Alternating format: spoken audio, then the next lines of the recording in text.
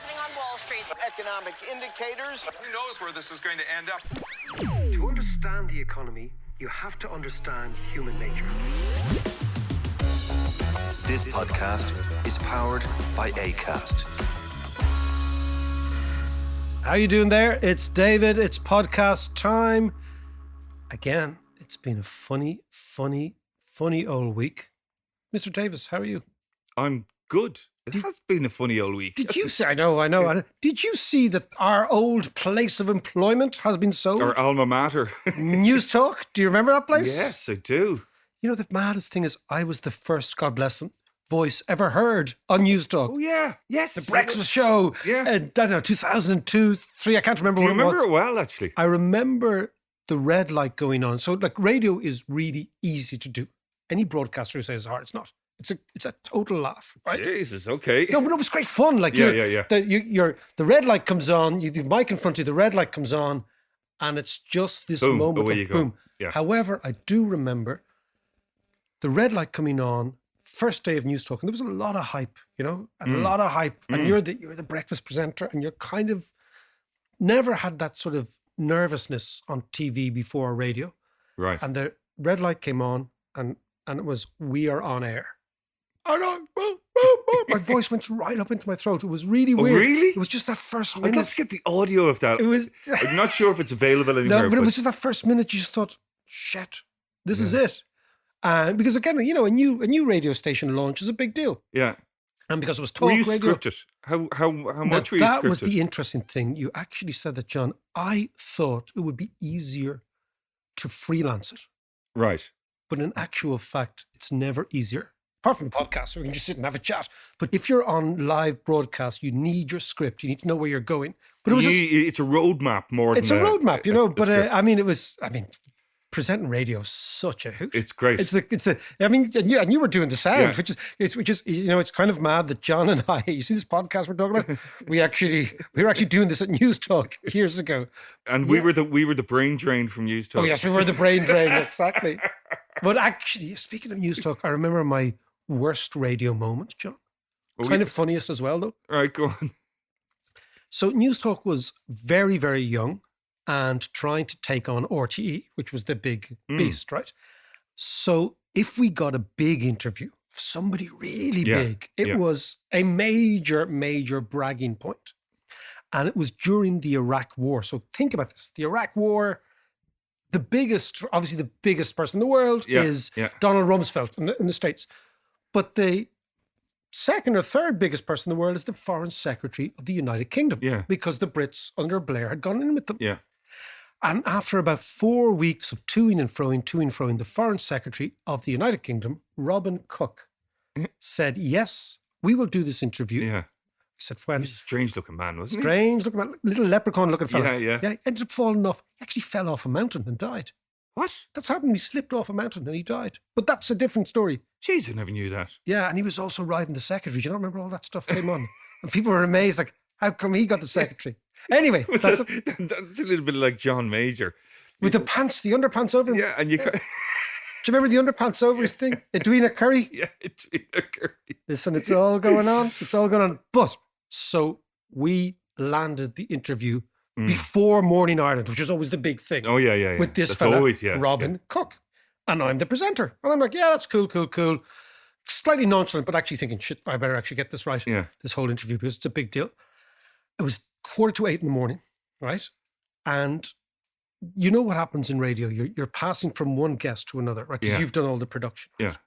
And the chief economist of Goodbody Stockbrokers, who is now the chief executive of AIB, joined at the hip, as we were saying last week, down in the Aviva lower stand, okay, is a guy called Colin Hunt. Yeah. And I was talking to Colin Hunt about the economy and to hand over from Colin Hunt to Robin Cook. So producers signaling, you know, your man's on the line, we've gone through this iterations of British Foreign Secretary media advisors, yada, yada, yada. Yeah. It's a big, big interview. Colin Hunt is talking to me about, you know, the economy and what's going to go on. And I said, the producer said, okay, he's on the line now. So we get him up on the line and I can hear him breathing in my headphones, right? And he's just there. And I'm trying to say goodbye to Colin Hunt. And I'm trying to say good morning to Robin Cook. And I say, Robin Cunt, good morning to you. How did he react? And all I heard was he's a Scottish guy. Yeah. And he said, that was choice language. And away we went. He was grand. Anyway, how you doing there? It's the podcast. But the funny, these are the great things that happen on radio. These are the great things that happen on radio. But interesting thing, though, about Communicore, with my economics and finance hat on. Big hullabaloo this week, sold for 100 million, which always sounds good. It's 100 million, right? I said, okay, how much profit did that company make last year? Communicore. Yeah. 1.6 million. So that means... That's the whole of Communicore. The whole thing. It's crazy. I was looking at their accounts, right? So News Talk, Today FM, 98, Spin. The whole yoke. The whole lot, right? Jesus. They make 44 million in revenue. So it's a big company. Mm-hmm. But on that revenue, they only make 1.6 million profit. So it's a bullshit business. That's all the presenters, you know that. Oh, it's true. Imagine we got paid like that. Okay. But think about it.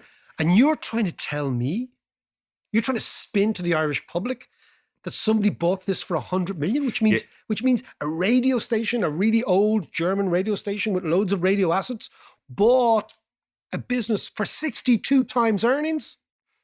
So what do you think is going on there then? It's this whole Irish thing. It's all bullshit, spin and macho-ness, and we got out of the business and we did this and that. So, unless the Germans paid somebody else a huge chunk of that 100 million, which allegedly they paid for Communicore, they paid 62 times earnings, which is, John, most businesses in media will sell for 10 times earnings. Yeah, that's the norm, isn't it? Communicore should have been sold for about 16 million. Right. And they're claiming. So let's go back. Remember last week we were talking about the West. But are they are they basing it on the revenue or the profit? Businesses are always based on profit, because that's the elixir of commerce, you know? Yeah. Revenue is nothing. Revenue is great because it means market share and blah, blah, blah. But if you're making no money, then you sell for no money. Hang on, let me ask you a question then.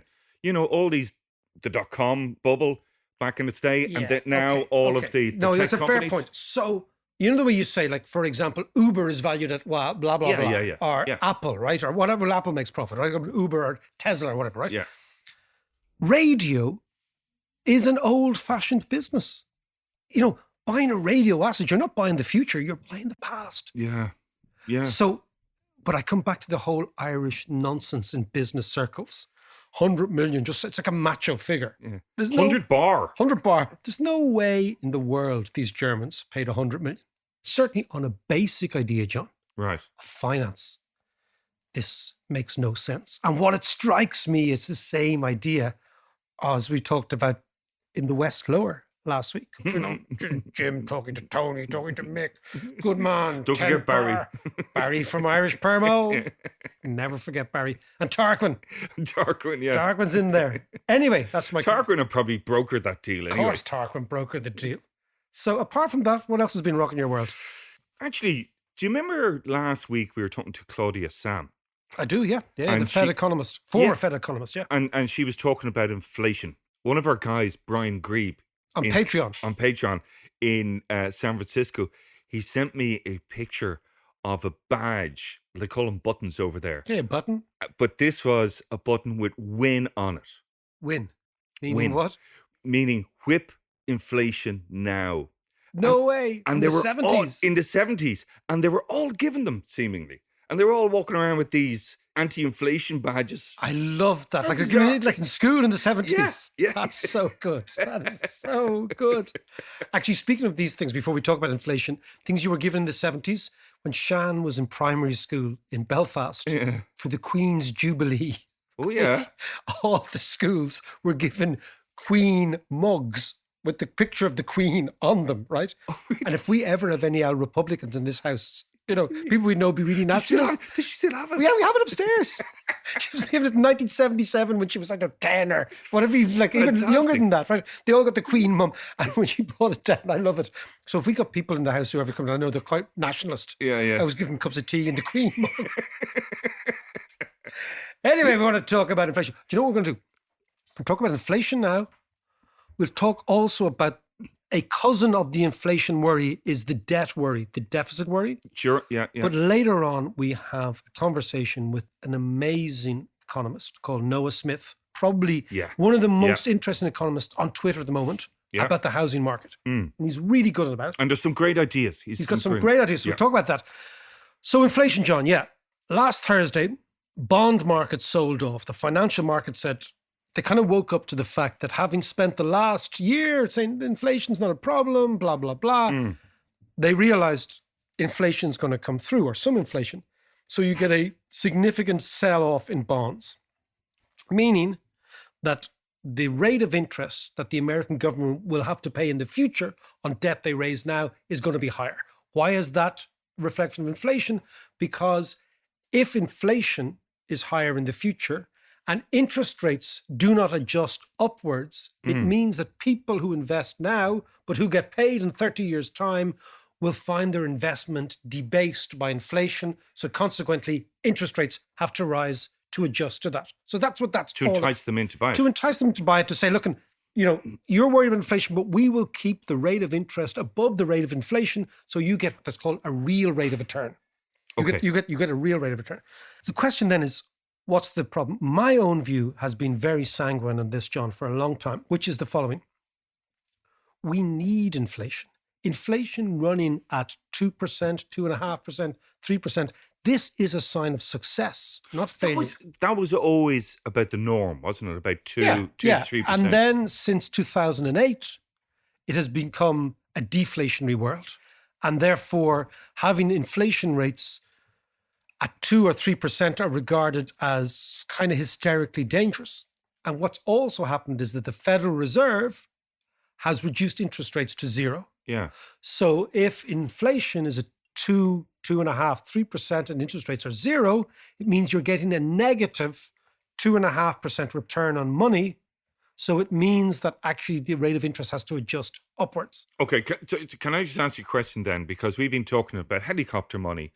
And we can borrow lots of cash, distribute it out at 0%. So if inflation goes up, what does that mean for all our borrowing? Yeah, it means that the rate of interest on borrowing will go up again. But we're talking small amounts here. But what I want to say to people is that this is just a reflection of the economic cycle.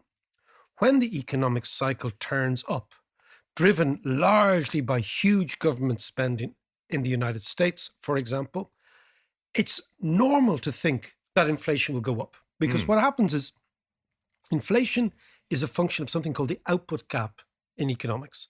The output gap is the difference between the actual output of the economy and the potential output of the economy.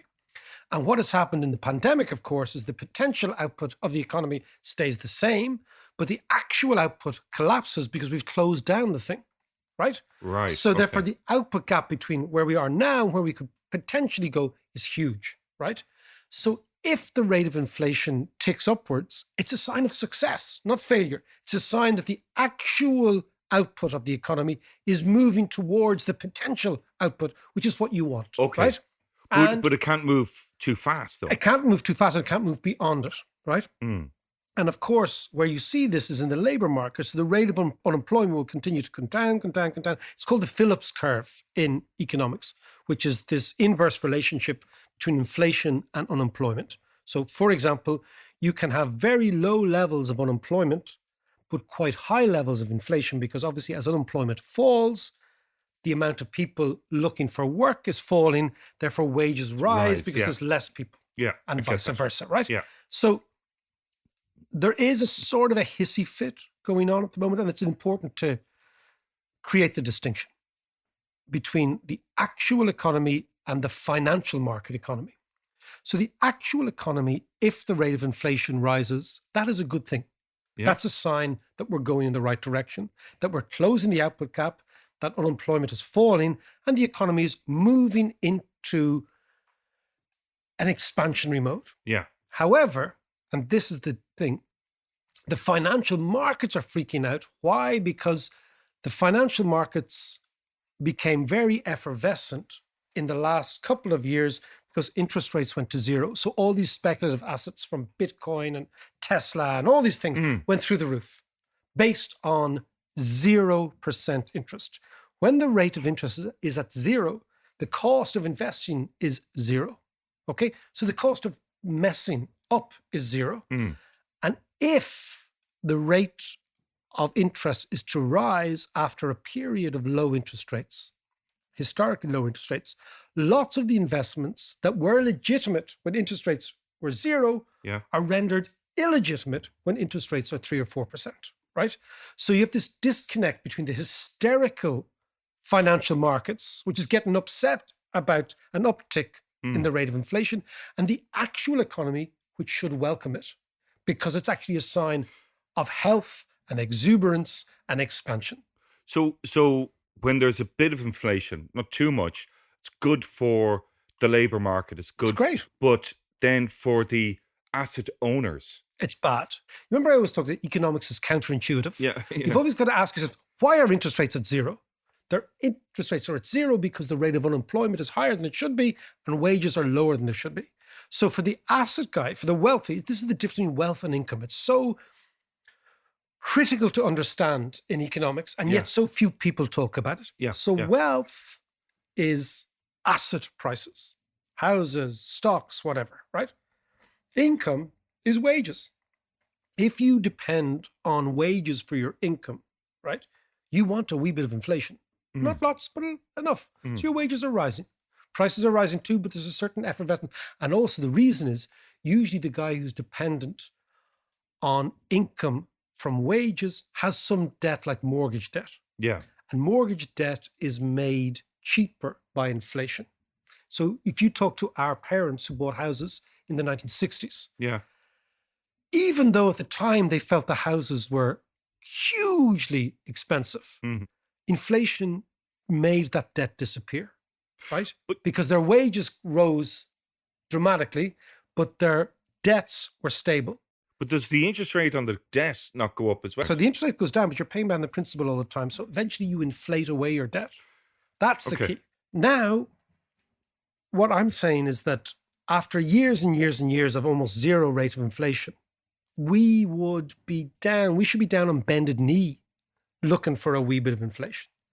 But the reason that the financial markets are worried is because they have made bets on a zero rate of interest, which will unravel if the rate of interest goes to 3%.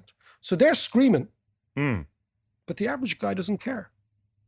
And this is the disconnect between finance and economics. And it's crucial to keep coming back to this.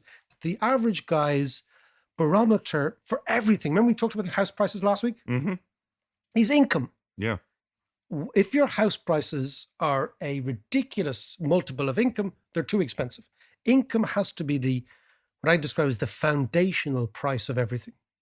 And wages have to be the foundational price of income because the vast majority of people depend on wages for their income.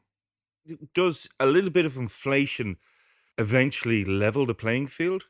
Well, I think that it helps enormously. But I also think that, as Claudia Sam was saying last week, economics is now the older generation of economists are people who were brought up in the 70s and have got this hysterical fear of inflation. But our generation shouldn't have, and clearly the generation coming behind us shouldn't have. Their concerns are much deeper. They're things like the housing market. Yeah. And they don't worry about inflation. But they've never experienced inflation though either at the same time. No, they haven't. But I mean, that's fair enough. Like I always think that humans are nothing more than the sum of their memories. If you think about this, right? Okay, I'll go with that. And the sum of your memories are conditioned by the world in which you were born into. And we were not born into an inflationary world, you and I, so we don't have any sense of it, right? So the last thing we should do is bully the next generation with the anxieties of the last generation. The next generation Yeah, I should be get that, bullied by yeah. their own anxieties. And their anxieties are the housing Of market. which they have many. They have many. But the big economic one is the housing market. So let's talk to somebody who I think is probably the most erudite younger economist writing at the moment. He's a guy called Noah Smith. He writes on Twitter under the handle @Noah Opinion. So at no opinion, Yeah, right? It's nice. piss take of himself, right? But he has amazing opinions. And he's got some very interesting things to say about the housing market, how to fix it, how to change it. So why don't we go to California and talk to him right now? Noah, good morning to you. It's a morning time in California, isn't it? It is. It's about 10 in the morning. Great. Well, listen, Noah, San Francisco and Dublin have one or two things in common. One of them is a ridiculous house price boom over the last 20 odd years, driven largely by the same companies that are on the ground there, are on the ground here, but in a different capacity, clearly. You wrote a piece the other day saying that you thought it was a good idea, and I was fascinated by it, to link wages to rents, minimum wages to rents. Explain that to me. Tell me what's going on in the housing market in San Francisco first, and then explain the thinking behind it. So if you really want to understand what's going on in the US housing market, you have to read this book called Golden Gates by Connor Doherty. That is the book that will just explain it all.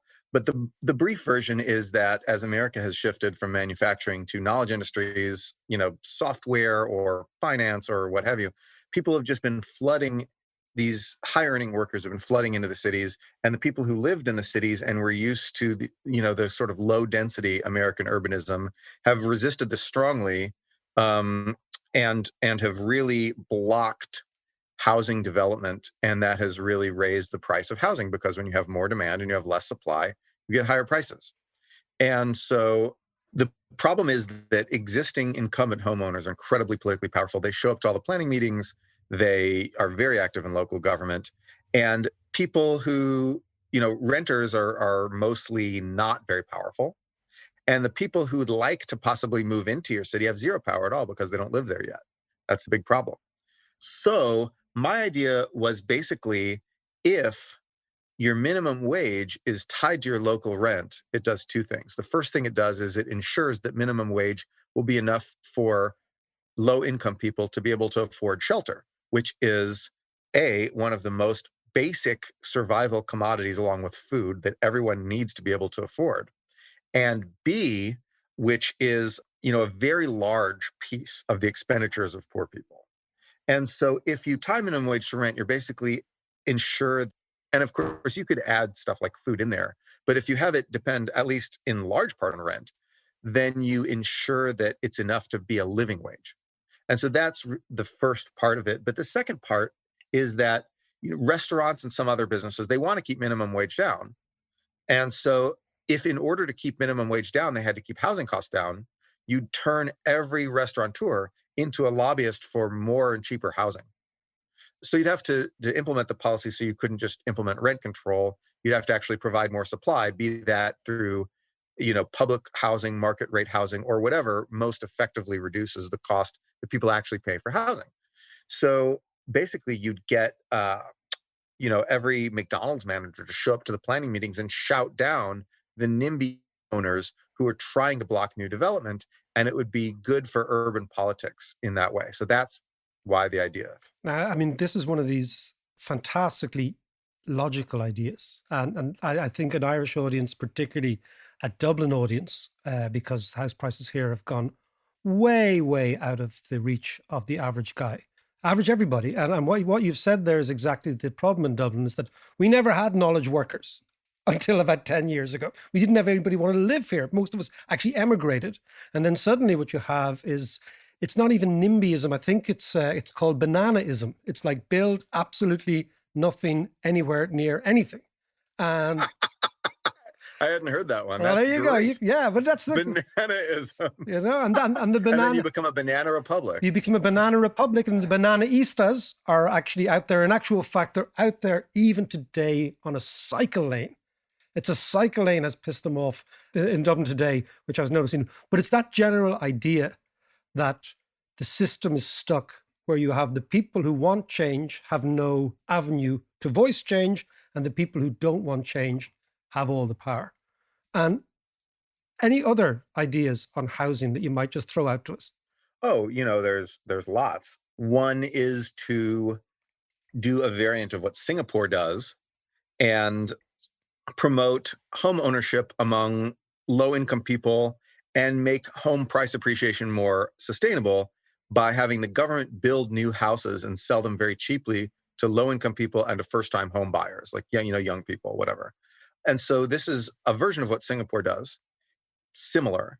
And the rationale here is that if you try to promote broad middle-class wealth through home ownership, you run into the problem of appreciation. Because for me, an old person to make money off my house requires you, a young person, to not be able to buy a house. And so the system works once and then it stops. And we had this in America. The GI Bill helped all the World War II people returning from World War II to buy houses cheaply in the newly constructed suburbs. So they did. And those houses went up and up in price. And then we built more suburbs, and then boomers got in on it. And boomers actually got in on it, and the houses went up and up in price. But by the time we started getting to Generation X and the millennials, this was no longer working because people were actually starting to be priced out of the market. And a housing bubble temporarily covered this up. But when the housing bubble crashed in 2007, it exposed the fact that housing prices, there's just not much room for them to rise before you start suppressing homeownership rates. And so we have suppressed homeownership rates. Fewer people own houses. It's no longer, the price is high, but the returns are low. And so that system is non-sustainable. But what you can do is you can use tax money to build housing and then sell it below cost to young people. And because you're building new housing, you're increasing supply. But because you're selling it at below cost to these young people and low-income people, you're allowing them to get on the appreciation train. You're sort of holding down the bottom of the escalator so there's more room to go. And so that's sort of what Singapore does. And there's difficulties with managing it. And I don't think we'd be able to manage it as carefully and as closely as Singapore does, obviously. It's just a city. But I think that we could do something like that. That's my other housing idea. Well, I think that's an amazing idea because, again, I'm looking at the Irish government, looking at the US government. We can now borrow at, almost zero here in the European Union. The upfront costs to the state, if you just amortize it over 100 years, is zero for building subsidized housing. But what you're doing is you're allowing people get in on the game, and you're allowing people to get in the game earlier and cheaper, and then let them play the game, and you just keep doing it. That's the idea. You just keep building. Right. And so we need to build, but the problem is that we need to overcome the political economy. We need to overcome the fact that people who live in cities already get a vote, and people who might move to cities don't get a vote. So interestingly, if you're a real econ geek, you know about this idea called Tibu equilibrium. You're going to have to explain that to me, and then you're going to explain that to everyone else. So this guy Tibu said, basically, if you have a government run by a whole lot of independent, broken up little cities, then everyone votes with their feet, and then everyone gets to live in the place they want. And the necessity to attract people and tax revenues forces cities to implement good policies that will attract people to move in. Sounds lovely. Doesn't work. And a mathematical economist did a math paper showing, dozens of ways in which it fails, but there's no mathematical reason why this should be a good idea. It's just the kind of idea that appeals to libertarians. Everyone voting with their feet. And libertarians, I know, will still advocate this. They advocate, charter cities and city states and things like that, imagining this lovely little world in their mind where everybody just sort of sorts into the cities they want and moves to the place they want to go. It just doesn't work like that at all. It's complete fantasy. And America tried to implement sort of a version of this with racism. So basically, because of racism, because a lot of suburbanites who were mostly white in those days, not anymore, but were mostly white in the mid 20th century, carved their suburbs off into independent cities. And of course, this is really bad because public goods, local public goods, which can include, infrastructure, schools, policing, anything. Public goods are things where, you can add people without adding cost. So it's public goods in some general sense just means low marginal cost. It's like an example of a public good would be like a nice park. So if you have 2 people in a park, it's really nice. And if you have 10 people in a park, it's even nicer than if you have 2 people. Now, eventually you overwhelm it and you start to get to congestion problems. If you have everyone just standing room only in a park, it's no fun. But until you get to that point, it's this thing where, you might as well have more people in the park, but the park still costs the same amount to build and maintain. So that's the example of scale. And so if you have a lot of people in your city, right, then you have, you lower the cost per person of providing sewage systems. And you schools lower the cost and per person of transport providing nice roads and all these things. And so big cities are more efficient in this way. And yet America carved up a lot of our cities into these tiny mini cities, and that has made us a lot less efficient. And that's why a lot of these cities just spend way too much money on all their services. It's just way too expensive. And it's also a reason why they're not building housing, because no one city wants to shoulder the burden of housing the people who work in the nearby cities. No, it's an extraordinary thing, and it's the one thing on the podcast that people really, really respond to, which is, look, I've got a good job. My partner's got a good job. We're 32 years old. We're doing all the right things. It isn't working for us. Please, figure, and I think these basic ideas that basically this is a power vacuum, and one crowd is power, and they're usually older, and they're usually boomers, and whatever, they play the game right, and then all the millennials and the ones coming behind them are kind of left on the outside. Noah, that's fantastic. Listen, thanks so much for your time. Awesome. Great stuff, man. Anytime, guys. So that was Noah Smith there, John. I think it was fascinating, wasn't it? Well, I think the way he analysed it, one is we're talking about a demographic and cultural change of knowledge workers wanting to live in cities. Yeah. Number one. They are running into the brick wall against people who already live in cities who say, not in my backyard. Or as I said, bananism, built absolutely nothing anywhere near anything, right? The problem is that the people who already live in the city have a vote. The people who want to live in the city have no vote. So it's a totally lopsided equation. Yeah. So you never get anything done if you're depending on actual local democracy, which is the interesting thing. That's what he's saying. And then he says, well, how to change this is you co-opt more people into the idea. Like, his basic idea is the only way in which you will reduce house prices is build more houses. Yeah. Right. That's the first thing. The only way you build more houses is if you're allowed to build more houses. The only way you're allowed to build more houses is if you face down people who say, well, not my backyard. You can't build here. So you have to disembowel the residence committees. Like, I don't know if you've seen it in Sandymount. Sandymount, by the way, is a inner suburb outside Dublin. Runs along the coast. The state wants to introduce a cycle lane, which is a good thing. Yeah. The residents of the roads where the cars that used to be on that street will be displaced to, yeah, the NIMBYs are saying, not my backyard, you won't, right? And they've now got a stay of execution. They've gone to the High Court, all that sort of nonsense. Either we have a vision for the city or we don't. Yeah. And that's, I think, what Noah's saying. And I thought his idea of linking wages to rents is really clever. This takes us a little bit back to the mayor idea that you spoke about before. Yeah. So how would that address this issue? Well, I think what the mayor could do, the directly elected mayor with real power. And I said it's the person who wakes up in the morning, brushes their teeth, and thinks about the city. Yeah. Whether it's Limerick, which are going to have a directly elected mayor soon, Cork, I do. Belfast, Dublin, London, wherever, right? What you do then is you try to put the community above the individual, right? So what is good for the individual?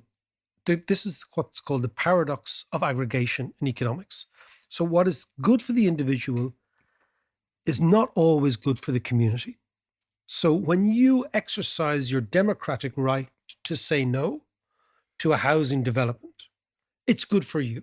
Yeah. But it's not good for the community because the community needs the development to go through.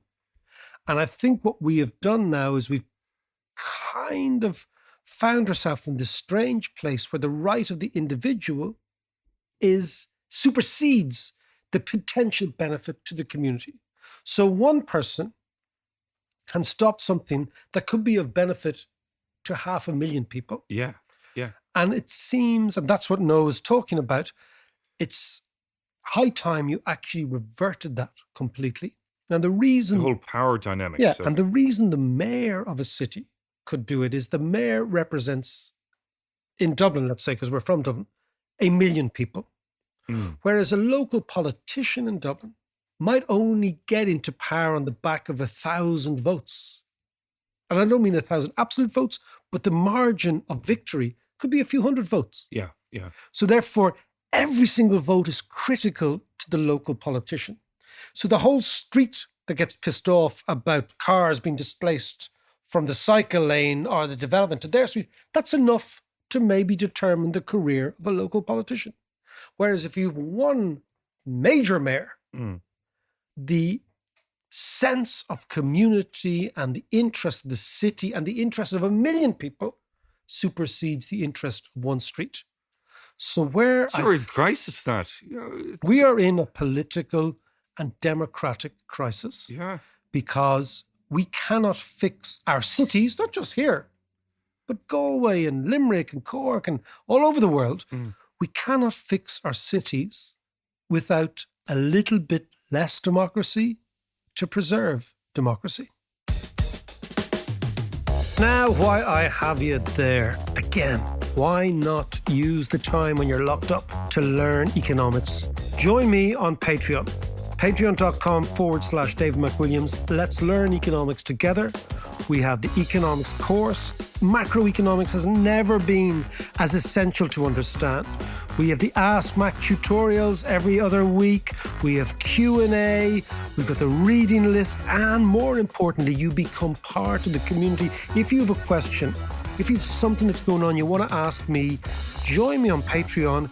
Email in. I will answer your question. But more importantly, it's ad-free. Just you and me and your man across the way. Hey. Patreon.com/Dave McWilliams, and let's figure out the world together.